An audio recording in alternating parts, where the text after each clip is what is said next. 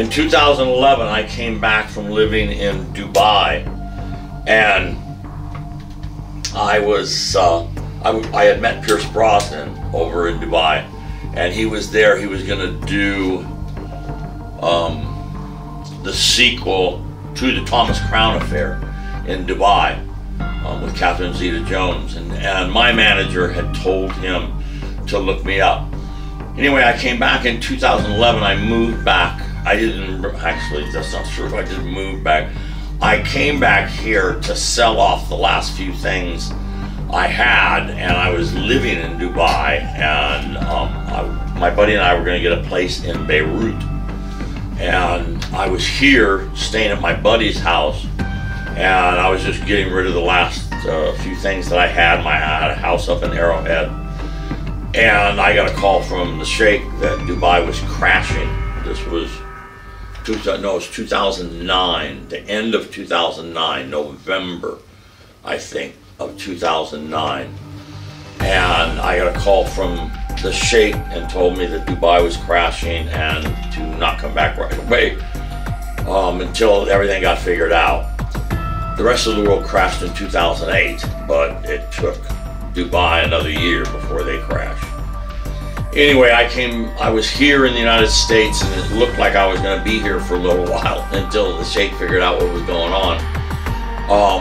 I was contacted by my manager and asked to come to a meeting with Pierce Brosnan in Santa Monica.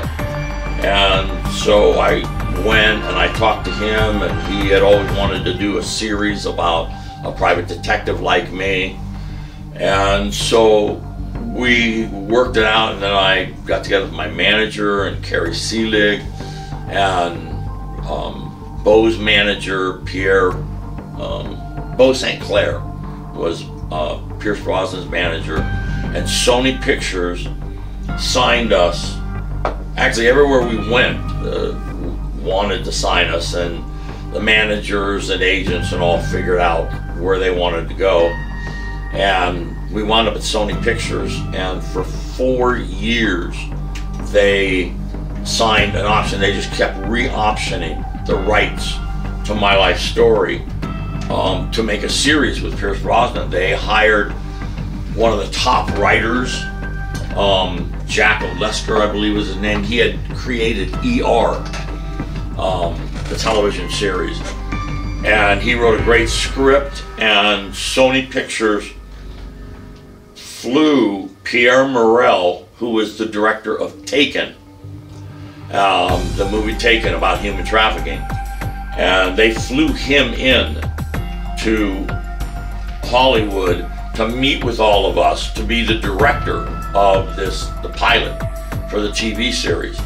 And they flew us all to New York. We met with all the network people, but it never happened to script. Either Pierce's manager didn't want him to do it because she didn't want him to go from film back to television. I don't know, it just kind of kept going back and forth and back and forth. Then they got another writer. They got the guy who wrote The Shield, Sean Ryan, an award-winning writer, wonderful writer, and got him involved, and they signed me again to another year's contract, and this went on for 4 years, and we never turned the camera on.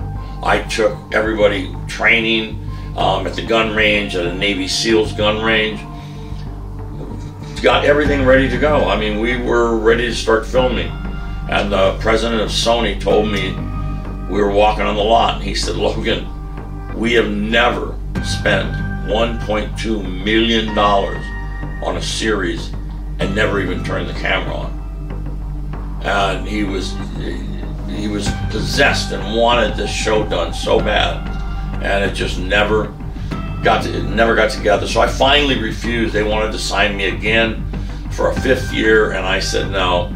And so these movie writers, Paul Tomasi and Eric Johnson, who wrote The Fighter, starring Mark Wahlberg and Christian Bale, they were Academy Award nominated for that, and they wanted to write a movie about me.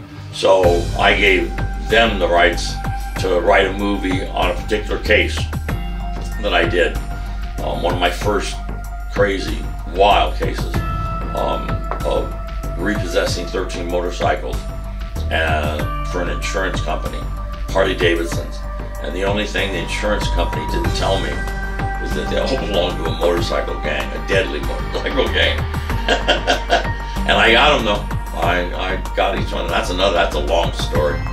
Had to have all 13 or nothing to get paid. And I said, hey, my brother and I can ride bikes. Let's go get them. Let's do it. Good. Actually, them two stories, you have so many stories. Oh, shit. How long you... 40 fucking years. Yeah, how long?